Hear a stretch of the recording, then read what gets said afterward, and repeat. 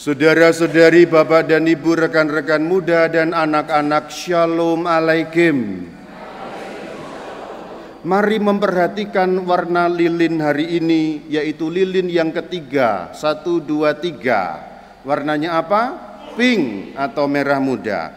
Mari memperhatikan pakaian yang dipakai oleh Rama Bayu. Warnanya apa? Pink, merah muda. Perhatikan yang dipakai oleh bapak-bapak kalungnya itu pink, merah muda.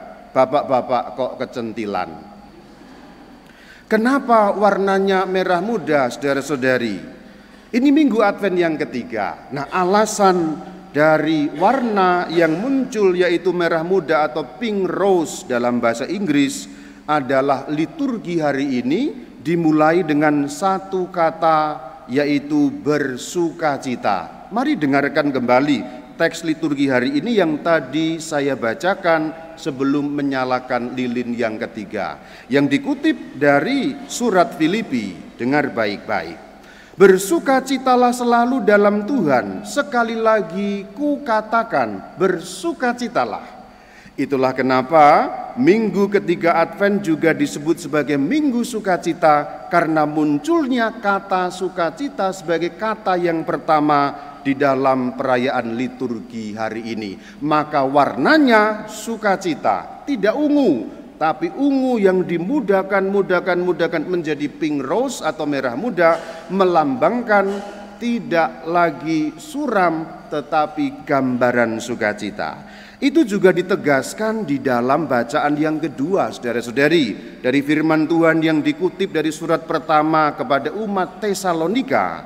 Meskipun kutipannya lain, tetapi nadanya sama. Mari kita dengar sekali lagi. Saudara-saudara, bersukacitalah senantiasa. Maka tema perayaan hari ini adalah bersukacita.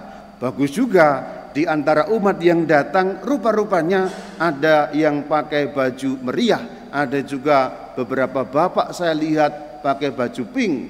Bagus, kamu bisa jadi gadis sampul nanti karena sudah pakai warna pink. Ini menunjukkan dan menekankan bahwa hari ini kita diingatkan untuk bersukacita. Meskipun di tengah kehidupan ini kita tidak selalu mudah, ada banyak beban-beban hidup, tapi di dalam iman dan di dalam Tuhan kita diingatkan untuk mengambil sikap bersukacita. Kita tahu, saudara-saudari, hidup kita tidak gampang. Ada banyak beban-beban hidup. Ada beban ekonomi, ada beban relasi, ada kesulitan ini dan itu macam-macam. Beban ekonomi, mungkin kesulitan mencari nafkah, kepentok sana kepentok sini, usaha tidak jalan-jalan, mungkin harus utang, gali lubang, tutup lubang, kesulitan ekonomi, atau kesulitan relasi. Relasi artinya hubungan-hubungan. Suami tidak selalu gampang dengan istri, istri dengan suami, anak dengan orang tua dan anak. Pasea setiap hari.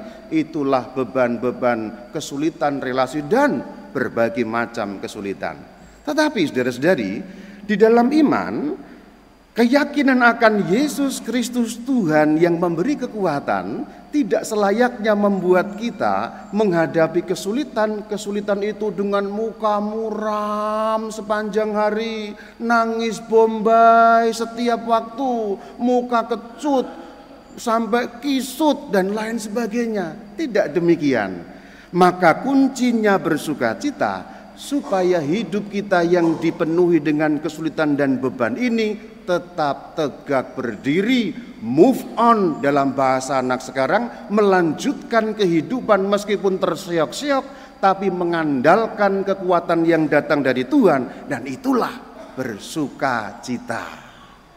Saudara-saudari, sukacita datangnya dari dalam, tapi kadang-kadang bisa dilatih juga dari luar. Contohnya sederhana.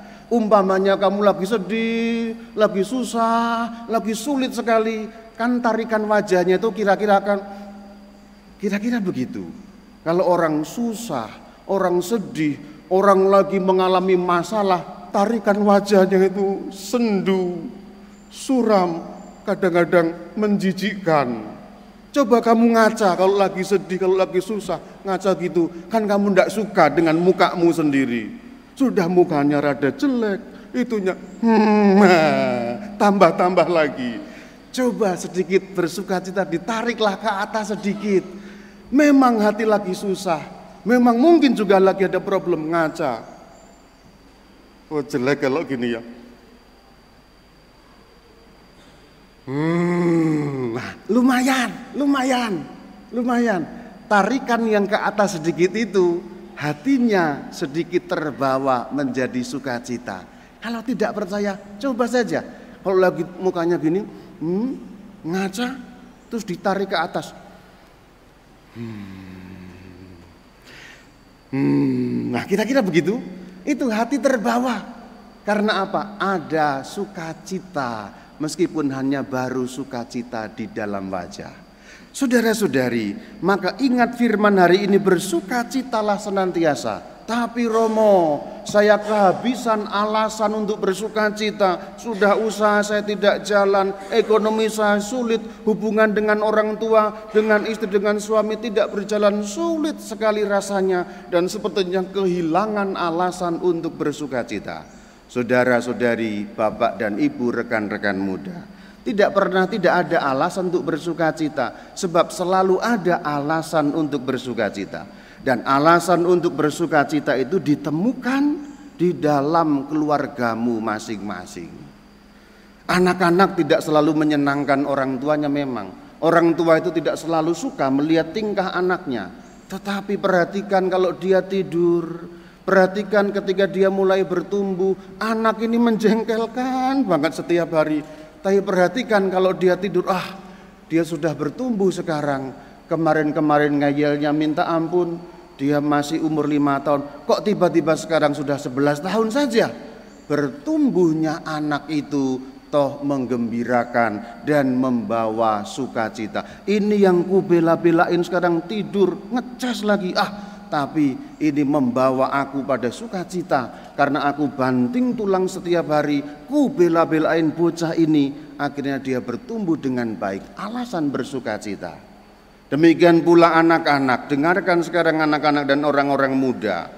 Orang tuamu itu tidak selalu menyenangkan setiap hari, betul. Wong orang tuamu itu tukang ngomel,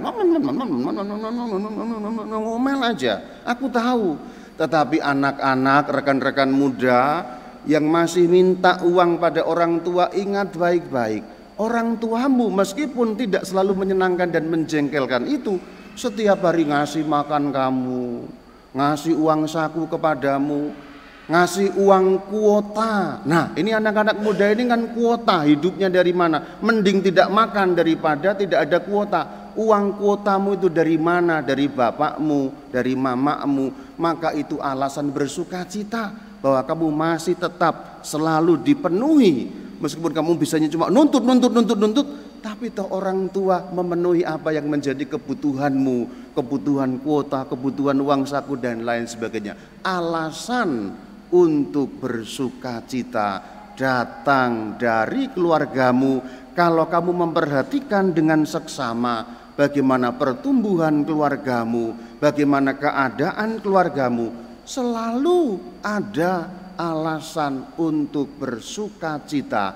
Orang tua melihat anak, bagaimana bertumbuhnya anak. Anak melihat orang tua, bagaimana orang tuanya bela-belain dan mati-matian supaya anak bisa sekolah, bisa tumbuh dan sebagainya. Selalu ada alasan untuk bersukacita yang datangnya dari keluarga. Loh, kalau Rama Bayu apakah ada alasan bersukacita yang datangnya dari keluarga? Ada. Loh, keluarganya Rama Bayu kan jauh. Memang sekarang saya tidak tinggal dengan keluargaku sendiri, dengan mamaku dan ayahku, tidak. Karena keluargaku sekarang itu siapa? Rama Sigit itu loh, yang orangnya tinggi, putih dan cakep itu. Itulah keluargaku sekarang. Apakah ada alasan untuk bersukacita yang datang dari keluargaku, keluarga kecil yang berdua, serumah berdua, meskipun tidak sekamar dan seranjang ya, tapi serumah berdua itu? Apakah ada? Ada alasan untuk bersukacita. Rama Sigit orangnya rajin, merawat tanaman, mencangkul, menggemburkan tanah, menyiangi, merawat, lalu tumbuh dengan subur di depan pasturan, namanya pohon duren. Wah, lagi musim duren. Durennya berbuah. Yang merawat Rama Sigit, yang memakan Rama Bayu. Hahaha. Alasan untuk bersuka cita. Saudara-saudari, maka ingat baik-baik firman Tuhan hari ini. Bersuka citalah senantiasa, dan selalu ada alasan untuk bersuka cita yang datangnya dari keluargamu sendiri. Kita dengar sekali lagi sebagai penutup firman hari ini, yaitu antifon pembuka. Bersuka citalah selalu dalam Tuhan. Sekali lagi kukatakan, bersuka citalah. Shalom alaikum.